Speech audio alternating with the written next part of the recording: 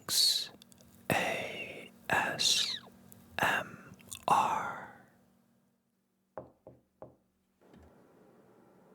Hey, how's it going? Yeah, I saw the light under your door and figured as much. It's been a minute since we've done a story time. Did you have something in mind? That sounds like an excellent choice to me.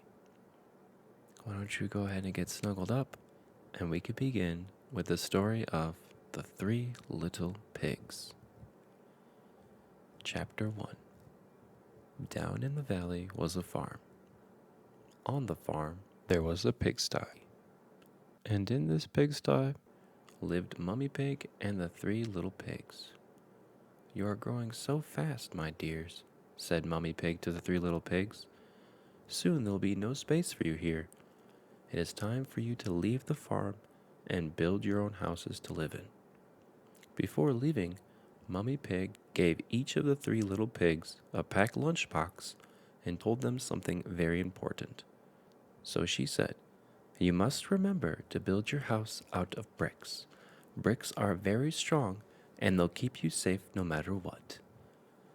Thus the three little pigs set off down the lane to the brickyard, leaving Mummy Pig all alone in the sty. Chapter 2. After a short while, they came across the next-door farmer plowing his field. The first little pig thought to himself, "By golly, if I build my house out of this farmer's straw, then I'll save myself a trip to the brickyard and build my house in half the time." So the first little pig said to the farmer, "I'd like a big bundle of your finest straw, kind sir. I'll use it to build my own house." The farmer, a little surprised by this request, happily obliged. He gave the first little pig 10 bales of his finest straw, and the pig built his straw house. The house looked sublime. There was not a single straw out of place, and the little pig was very proud of himself. A big bad wolf, who had been watching from afar, strolled up to the straw house, knocked on the door, and said in a low, gruff voice, little pig, let me in." "Not by the hair on my chinny chin chin," replied the little pig.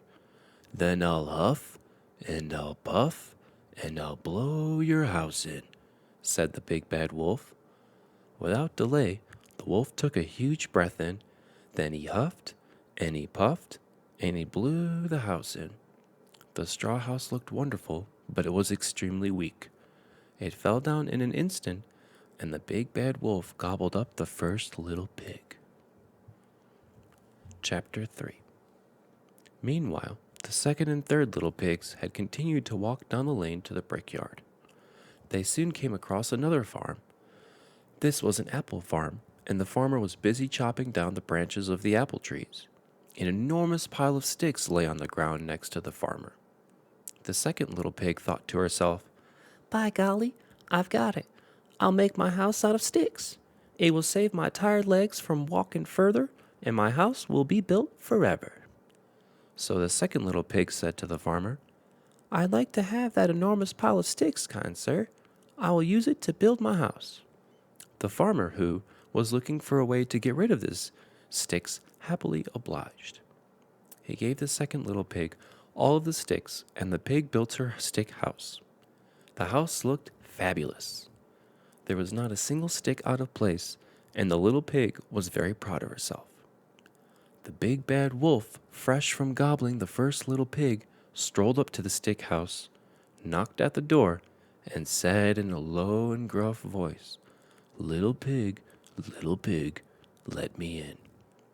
"Not by the hair on my chinny chin chin," replied the second little pig. "Then I'll huff, and I'll puff, and I'll blow your house in," said the big bad wolf. Without delay, the big bad wolf took a huge breath in.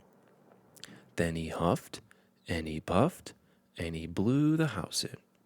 The stick house looked superb, but it was too extremely weak. So it fell down in an instant, and the big bad wolf gobbled up the second little pig. Chapter 4. Meanwhile, The third little pig had made it all the way to the brickyard. He went up to the man in charge of the yard and said, "Hello, sir. I would like a large pile of your bricks to build my house." The man who, as it turned out, was extremely generously happy and obliged. He gave the third little pig all of the bricks he wanted, and the pig built his brick house. The house not only looked tremendous, but it was extremely strong. The third little pig had taken the time to build his house well, and he was extremely proud of himself.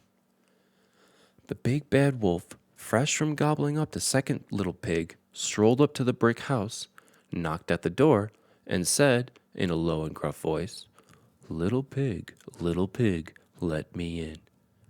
"Not by the hair on my chinny chin chin," replied the third little pig.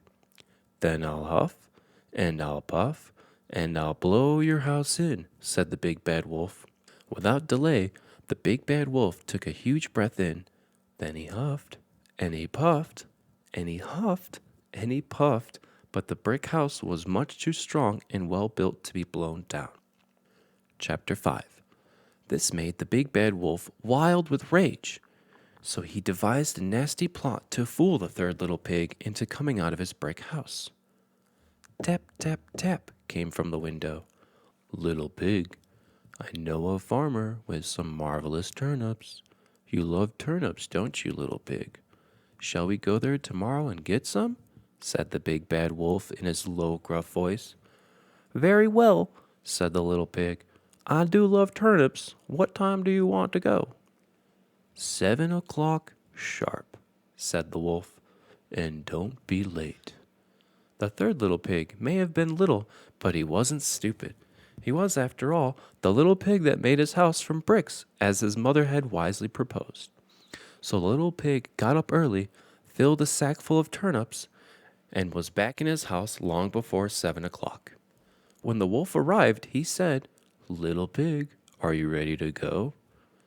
"Silly wolf," said the little pig, "I've been. My turnips are already bubbling away in a huge pot for my dinner." Chapter 6. The wolf was incensed. He was so angry he felt sure he could have exploded, but he suddenly had a thought and pulled himself together. "Little pig," he said, "I know a place where there is a wonderful apple tree. You love apples, don't you, little pig?" "Oh, yes, I do," said the little pig. "Where is this wonderful tree you speak of?" "Just over the hill," said the wolf. "I'll be back here at 6 o'clock tomorrow, and we can go together to get the apples. So you had better not deceive me this time, little pig." The little pig woke at 5 the following morning and went over to the hill to the big apple tree. He had hoped to help himself before the wolf arrived, but the wolf was too clever for that. The little pig saw the wolf approaching, which, as you imagine, terrified him greatly, and he quickly climbed the tree. "Hello, wolf," said the little pig from up in the tree. "Wait there while I find the biggest, plumpest, juiciest apple for you." The wolf waited. The little pig picked up a big, juicy apple, then called down, "I'll throw it to you, wolf. Here it comes." The pig then threw the apple as far away as he could, and while the wolf was away collecting the apple, which took a long time, the pig jumped down from the tree and ran safely home to his brick house. Chapter 7. By now, the wolf had had enough. He followed the little pig home and called through the window, little pig, I'm going to eat you. I will climb up upon the top of your house, come down the chimney, and gobble you up in a single bite." Hearing this, the little pig quickly made a roaring fire and placed it upon a large pot full of water. As the wolf came down the chimney, the little pig lifted the lid of the pot. The wolf fell in with a plop head first, and the little pig replaced the lid quick as a flash. The little pig then boiled the wolf and gobbled him up for his supper and lived happily ever after. The end. I hope this story will help you fall safely and comfortably to sleep. Sleep well, and I look forward to the next story.